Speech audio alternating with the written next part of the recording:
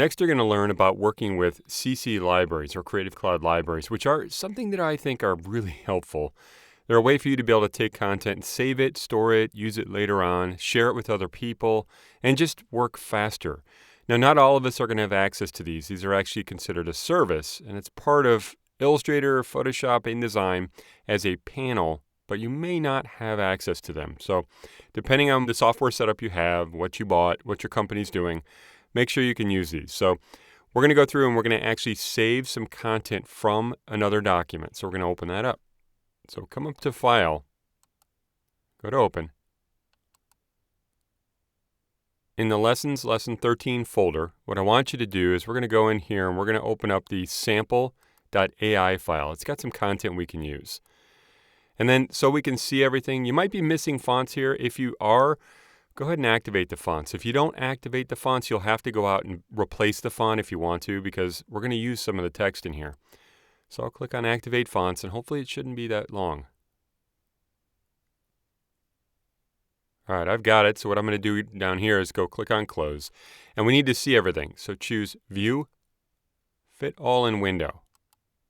And using the content in this document, we're going to actually capture it. So we can capture all kinds of stuff. You can capture type formatting, you can capture graphics, you can capture text if you want to keep it as text. What we're going to do first, though, is we're going to open up the Libraries panel. So if you look on the right over here, you should see the Libraries panel tab. If you don't see that, you can go into the Window menu. And what we're going to do, like I said, is we're going to go through and capture some content. Now, you're probably going to see, I've got a couple of these, you're probably going to see an empty space. So let me do this. I'm going to actually, don't look at what I'm doing here. I'm going to go and create a brand new library. So I can click Create New Library, and I'll just call it My Library. That's what we start with. We can create as many libraries as we want, and I've got a lot. So you can see yours probably looks like this. So you have nothing to start with, and that's okay.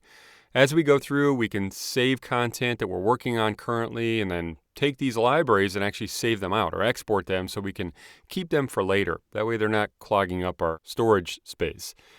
So with your library open here, what we're going to do is we're going to make sure that nothing is selected. So choose Select, Deselect. Then with the Selection tool, click the text object right here that contains Rock On. And what I want to do is just drag it into the library over here. When you see a plus, let go. It's going to tell you that only basic appearance properties are supported for text, and that's okay. So click OK. And you should see that the text object is now saved in the Libraries panel. You can change the name of everything you save in here for the most part. If you come up to it and you double click on it, and you can call it like heading or something like that, then press Return or Enter to save it. That's going to help us to keep track of things. You don't have to rename things if you don't want to. All right, now we're going to save this guitar pick. So drag across the content down here to select it all, and just simply drag it into the library over here, and let go. Let's take this amp artwork, should be a group of content, and just drag it over there into the library, and let go. Now you'll notice once again that these are saved with a generic name like Artwork 1 and Artwork 2.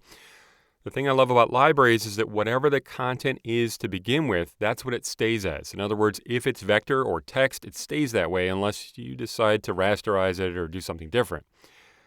Okay, let's close this sample file. So you can choose File, Close, or I'll click on the X, and you don't have to save it.